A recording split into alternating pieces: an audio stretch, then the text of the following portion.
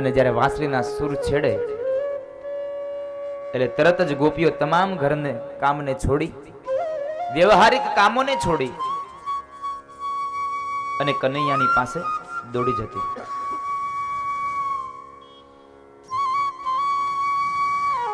એક વખતના સમયે કનૈયાએ બરાબર મધ્યરાત્રિના સમયે વ્રજ વૃંદાવનની અંદર વાંસળીના સૂરને છેડ્યા છે. વાંસળીના સૂર છેડ્યા અને મધ્યરાત્રિએ એ દરેક સ્ત્રીઓ, દરેક વ્રજાંગનાઓ એ વાંસળીના સૂર સાંભળી અને વ્રજમાં ગઈ છે. કનૈયાની વાંસળીના સૂર જ્યાંથી સંભળાય એ જગ્યાએ આવે છે. કહેવાય છે કે દરેક ગોપીઓ ત્યાં આવીને ભગવાન શ્રી કૃષ્ણએ એ ગોપીઓને આવતી જોઈ અને એનું સ્વાગત કર્યું છે. એ સ્વાગતમાં મહર્ષિ વેદવ્યાસ મહારાજ બતાવે, સ્વાગતમ વો મહાભાગા પ્રિયમ કિમ કરવાણિવ વ્રજસ્યાનામયં કશ્ચિદ વૃદ્ધાગમન કારણમ. એ વ્રજાંગનાઓ, તમે કયા કારણે લઈને અહીંયા આવ્યું છો? આ મધ્યરાત્રિએ તમે શું કામ આવ્યું છો? ગોપીઓ કહે છે કે કનૈયા, અમે તારી વાંસળીને સાંભળીને આવીએ છીએ, તે બોલાવ્યા અને અમે આવ્યા છીએ. એમને તો આવ્યા નથી.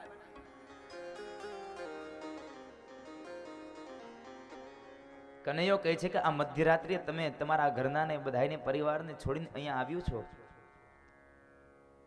કોઈકને ખબર પડશે તો તમારી હાંસી ઉડાવશે. અને વાત પણ સાચી છે કે દરેક વ્યક્તિઓને પોતાના ઘરને, પોતાના પતિને, પોતાના દીકરાઓને છોડી અને મધ્યરાત્રિના સમયે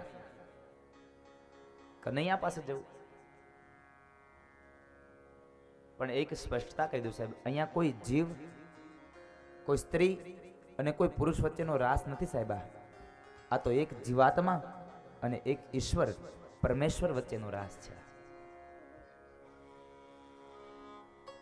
ભગવાન કહે છે કે તમે મધ્યરાત્રિએ આવ્યું છો,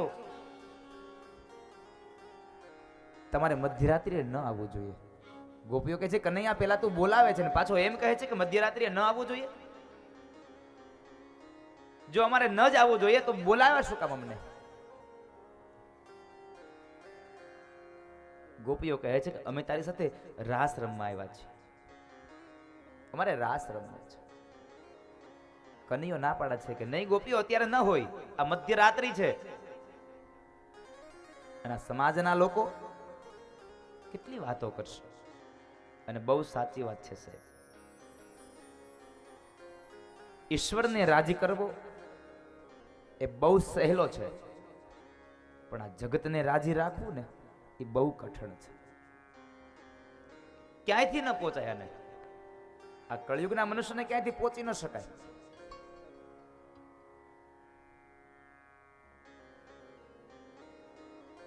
પેલી કહેવત બહાર, શિંગડે પકડો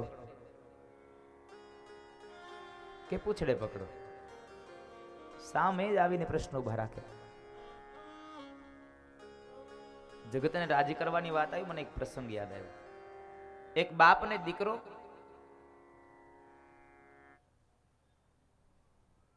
પોતે ગામડ જઈ રહ્યા છે. જ્યારે ગામ જઈ રહ્યા છે એટલે બાપ ને દીકરો એક ઘોડો લઈને નીકળ્યા છે. બાપ બરાબર એ ઘોડા માથે બેઠો છે અને 10 વર્ષનું બાળક નીચે હાલ્યું જાય છે. એટલે ગામના પાદરમાં નીકળ્યા એટલે ગામના 2-5 વડીલો ત્યાં બેઠા હતા. એ મોઢામાંથી બોલ્યા, લે નથી આ મૂર્ખ્યો, નાનું ફૂલ જેવું બાળક નીચે આવેલું જાય છે અને પોતે ગવઢો આખો ઘોડે ચડી ગયો છે. એટલે બાપના કાને શબ્દ ગયા એટલે બાપ ઘોડેથી નીચે ઉતરી ગયો અને દીકરાને બેસાડ્યો. વળી ગામના લોકો આગળ બીજા ગામ આવ્યા, બીજા ગામના લોકો બોલ્યા, નથી આ દીકરો કેવો છે, ગવઢો બાપ નીચે આવેલો આવે અને પોતે ઘોડે ચડી ગયો. આ સાંભળીને બાપ દીકરો બે ઘોડા ઉપર બેસી ગયા. તો વળી પાછા ગામના લોકો બોલ્યા, બાપ દીકરા બેયને જરાય મૂંગા પશુ પર દયા નહીં આવે હો. આ ઘોડા ઉપર જરાય ને દયા નહીં આવતી હોય? બાપ દીકરો બે નીચે ઉતરી ગયા, હાલ્યા જાય સાથે ઘોડો હાલ્યો જાય. વળી ગામના લોકો બોલ્યા, હાલીને જ જાવ તું તો ઘોડો હારે લીધો હું કામ હશે? જો હાલીને જ જાવું તો આ ઘોડો હારે લીધો શું કામ? સમાજને સાહેબ ક્યાંયથી ન પહોંચી શકે આપણે. કનૈયો કહે છે કે તમે મધ્યરાત્રિ આવ્યો છો, આ સમાજના લોકો વાતો કરશે. ગોપીઓ કહે છે કે કનૈયા જેને જે કહેવું હોય તે કહે, પણ અમારે તો કનૈયાની વાંસળી સંભળાય ને પછી કેમ જીરવાય બાપ? એવી રૂડીને રંગીલી વાંસળી વાગે સાહેબ વ્રજ વૃંદાવનમાં.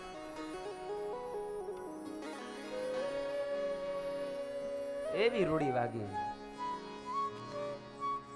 દરેક ગોપીઓ આવી છે. કનૈયાએ વાત ગ્રાહ્ય રાખી છે, કઈ વાંધો નહીં ગોપીઓ. રાસ 3 પ્રકારે રમાયો છે. પેલો રાસ એક એક ગોપી અને એક એક કાન છે.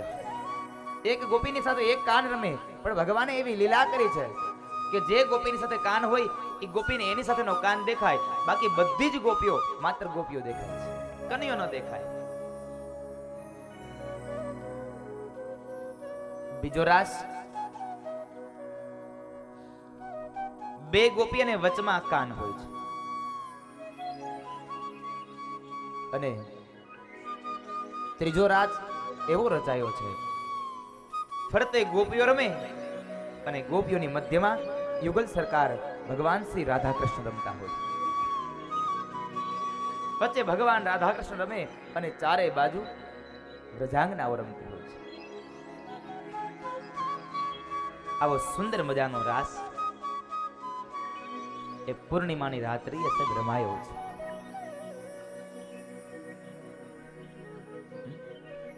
એટલે તો વનરાવન બહુ રૂડું લાગ્યું સાહેબ. વૈકુંઠ ગમતું નથી લક્ષ્મીને. મારું વનરાવન છે રૂડું, હું વૈકુંઠ નહીં આવું.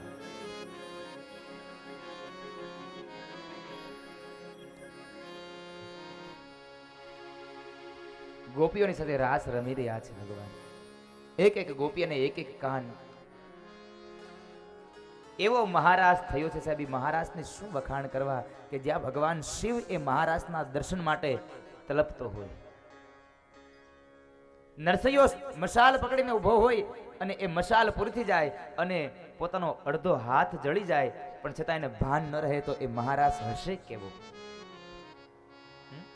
મહારાસ કેવો હશે? ભગવાન શિવ જેને જોવાની, એને ઝાંખી કરવાની ઈચ્છા કરતો હોય, એ અદ્ભુત મહારાજ. પણ કહેવાય છે કે જ્યારે એક એક ગોપીઓની સાથે ભગવાન શ્રી કૃષ્ણ રમ્યા છે, ત્યારે દરેક ગોપીઓના મનની અંદર અભિમાન આવ્યું છે કે જોયું કનૈયો માત્ર મને જ પ્રેમ કરે છે, મારી સાથે રમ્યો છે, બાકી કોઈ સાથે રમ્યો નહીં, મારી સાથે જ રહ્યો છે. એને ખબર નહોતી ગોપીને કે દરેક ગોપીઓની હારે કનૈયો રમે છે, પણ આપણને દેખાતો નથી. બધી ગોપીઓને અહંકાર આવ્યો એટલે ભગવાન એ ગોપીઓના અભિમાનને દૂર કરવા માટે થઈ રાધાજીને લઈ અને એ રાસલીલામાંથી ભગવાન અદૃશ્ય થઈ ગયા છે. ભગવાન જ્યારે અદૃશ્ય થઈ ગયા ત્યારે દરેક ગોપીઓ કલ્પાંત કરે છે કે આ કનૈયો ગયો ક્યાં? આ કનૈયો ક્યાં જતો રહ્યો છે? એ કનૈયા, એ કનૈયા. મધ્યરાત્રિએ વ્રજ વૃંદાવનની એ ગલીઓમાં ગોપીઓ કનૈયાને શોધવા માટે નીકળી પડી છે. ભગવાન શ્રી કૃષ્ણ અને રાધાજી બેવ જંગલના માર્ગે ચાલ્યા જાય છે વ્રજ વૃંદાવનમાં. થોડા દૂર ગયા એટલે રાધાજી બોલ્યા, કનૈયા હવે હાલને થોડી વાર આરામ કરી લઈએ, વિસામો કરી લઈએ, મારા પગ દુખી ગયા છે, મારાથી નહીં ચલાય. કનૈયો કહે છે, નહીં રાધા, બેસરું થી ચાલ, આપણે જતા જ રહીએ. રાધાજી કહે છે, કામ કરતો તું મને તેડી લે, મારાથી હવે ચલાય એમ છે નહીં.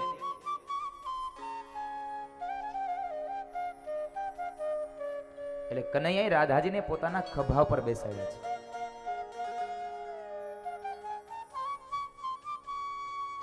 પોતાના ખભા પર બેસાડી અને કનૈયો ચાલતો જાય છે. ધીમે ધીમે આગળ જાય એટલે કનૈયાના ખભા પર બેઠેલા રાધાજી એક હાથથી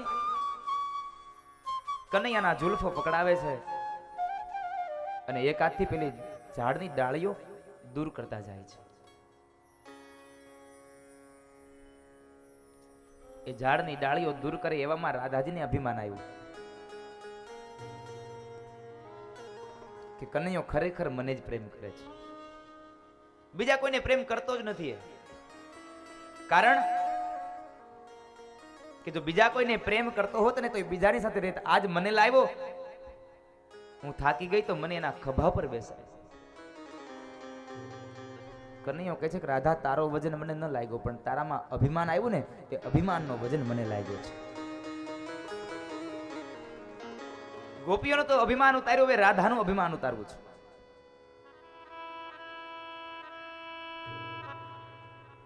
આગળ ચાલતા જાય એમાં રાધાજી બરાબર થોડુંક તીખું વગડે છે બેની ભેગા અને ડાળ પકડીને તો કનૈયાએ એ ડાળને પકડતાની સાથે જ કનૈયો નીચેથી અદ્રશ્ય થઈ ગયો અને રાધાજી લટકી ગયા છે. એ ઝાડની ડાળીએ રાધાજી લટકા છે. રાધાજી કહે છે કે એ કનૈયા, ક્યાં ગયો તું, ક્યાં ગયો? પણ કનૈયો અદ્રશ્ય થઈ ગયો. કારણ રાધામાં આવેલું અભિમાન એને દૂર કરવા માટે થયું. અભિમાનને દૂર કરવા માટે થઈ અને કનૈયો અદ્રશ્ય થયો. પેલી ગોપીઓ બધી કનૈયાને શોધવા માટે થઈ અને જંગલના માર્ગે નીકળી પડી છે. કહેવાય છે કે ચંદ્રમાને પૂછે કે એ ચંદ્રા, તું તો બહુ દૂર ઉપર બેઠો છે, તને ત્યાંથી બધું દેખાતું છે, તો બતાવ ને અમારો કનૈયો ક્યાં છે? એક ગોપીઓ ઝાડની ઉપરની જે ડાળીઓ છે ને એની સામે જોઈને કહે છે કે એ વૃક્ષો, એ ડાળીઓ તમે બતાવો ને, તમે બહુ ઉપર બેઠ્યો છો, તમને ક્યાં મારો કનૈયો દેખાય છે? જંગલના માર્ગે જાય સાહેબ, જડ વસ્તુઓને પણ પ્રશ્ન કરતી જાય છે ગોપીઓ, અમારા કનૈયાને દેખાડો.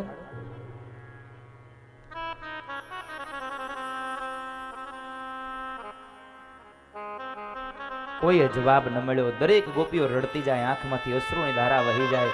એ કનૈયા આવી જા ને, એક વાર તો આવી જા બાપ. એવાની ને બરાબર ગોપીઓ આગળ જાય એમાં રાધાજીના રડવાનો અવાજ સાંભળ્યો. ગોપીઓ કહે છે કે ગોપીનો અવાજ આવી રહ્યો છે, કોણ રડતું છે? જે દિશામાંથી અવાજ આવે એ દિશામાં એ લોકો ગોપીઓ ગઈ રહી છે. જઈને જ્યાં જોયે છે તો માર્ગની અંદર બરાબર એક ઝાડની ડાળીએ રાધાજી લટકી રહ્યા છે. ગોપીઓ કહે છે કે એ રાધા, તું અહીંયા શું કરે છે? તો કહે છે વાત પછી કરજો, પેલા મને નીચે ઉતારો ને, મારો હાથ દુખી ગયો છે. બધી ગોપીઓ એને નીચે ઉતારીને પ્રશ્ન કરે છે કે તું અહીંયા કેમ? તો કહે છે હું કનૈયાની સાથે જતી હતી અને કનૈયાની હું થાકી ગઈ એટલે કનૈયા મને પોતાના ખભા પર બેસાડી, પણ મેં આ ડાળ પકડીને ત્યાં મારું ટેબલ અદ્રશ્ય થઈ ગયું. કનૈયો અદ્રશ્ય થઈ ગયો માટે હું લટકી રહી. ક્યાં ગયો કનૈયો? રાધા કહે છે મને પણ ખબર નથી. રાધાજીની સાથે ગોપીઓ અને ગોપીઓની સાથે રાધાજી આ બધા ભેગા મળી અને કનૈયાની શોધ માટે જાય છે. કનૈયાને શોધવા જઈ રહ્યા છે. આંખમાંથી અશ્રુની ધારા વહે.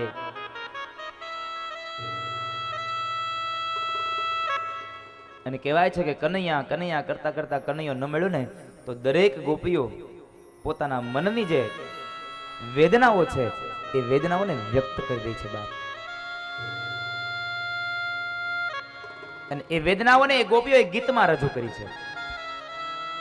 અને ભાગવતકાર એ ગીતને ગોપી ગીત તરીકે એને બતાવ્યું છે. આપણે એમ કહીએ કે કોઈ એક વ્યક્તિ આ ભાગવતના આ ગોપીના ગીતને લખ્યું છે? નહીં. દરેક ગોપીએ પોતાના અંતરમાં રહેલી કૃષ્ણ પ્રત્યેનો પ્રેમ અને કૃષ્ણ પ્રત્યેની જે વેદનાઓ છે એ વેદનાઓને રજૂ કરી છે.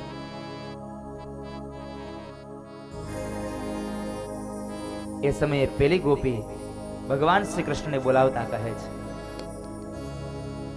છે જયતિ તે ધીકમ જન્મના વ્રજ શ્રયત ઇન્દિરા શશ્વદત્રહી દયિત દૃશ્યતા દીક્ષુતાવકા સ્વૈધૃતાસવ કાવ્યચિન્વતે. હે પ્યારે, આપના જન્મના કારણે તો અમારા વ્રજ અને વૃંદાવનનો મહિમા વધ્યો છે બાપ.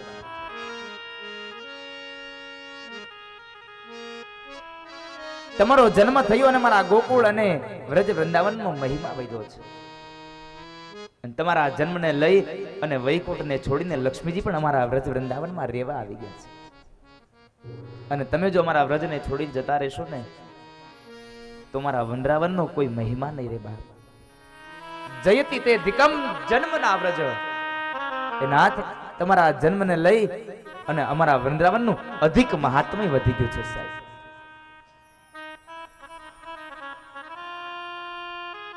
તમે આમ અમારા વૃંદાવનને છોડીને જતા રહેશો ને તો અમારા વૃંદાવનનો મહિમા ઘટી જશે. માટે હે નાથ, અમે તમને વિનંતી કરીએ છીએ બાપ, એકવાર પાછા આવી જાઓ. હવે તમે જેમ કહેશો ને એમ કરવા અમે તૈયાર છીએ, પણ હે કનૈયા, એકવાર પાછો આવી જા.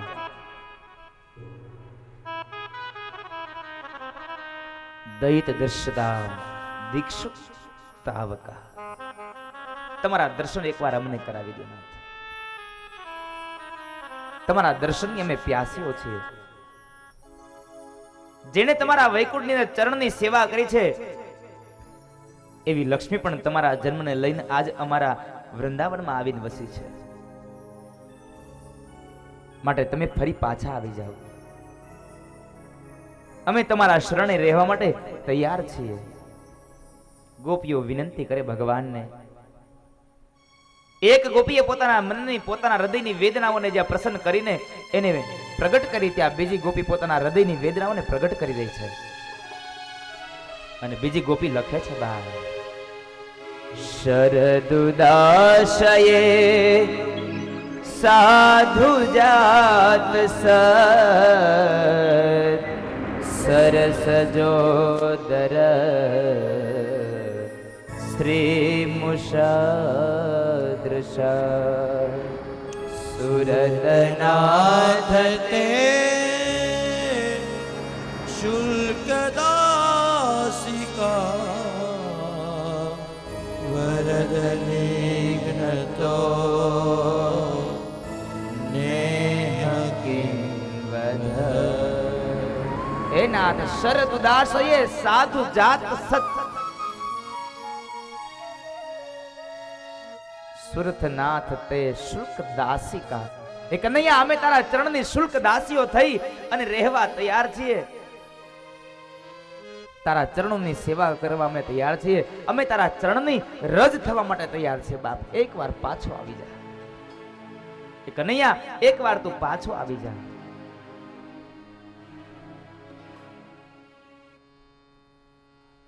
ત્યાં ત્રીજી ગોપી કહે છે બાપ કે કનૈયા, તારે જો જતું જ રહેવું તું ને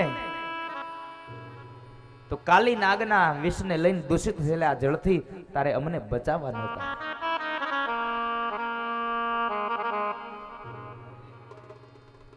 જંગલમાં લાગેલો જે દાવાગ્નિ હતો એ દાવાગ્નિમાં બળી અને અમને મરવા દેવાતા. કારણ કે તારા વગરનું જીવન અમારું નકામું છે બાપ. એ વિષયુક્ત જળને પી અમને મૃત્યુ પામવા દેવાતા. અમને બચાવવા નહોતા તારે. એ ગોપી લખે છે, વિષ જલાપ્યયાદ વ્યાલ રાક્ષસાદ વર્ષ મારુતાદ વેદ્યતાનલાદ વૃષમયાત્મજાત વિશ્વતો ભયાત દૃષભતે વયા રક્ષિતા ન ખલુ ગોપિકા નંદનો ભવા અખિલ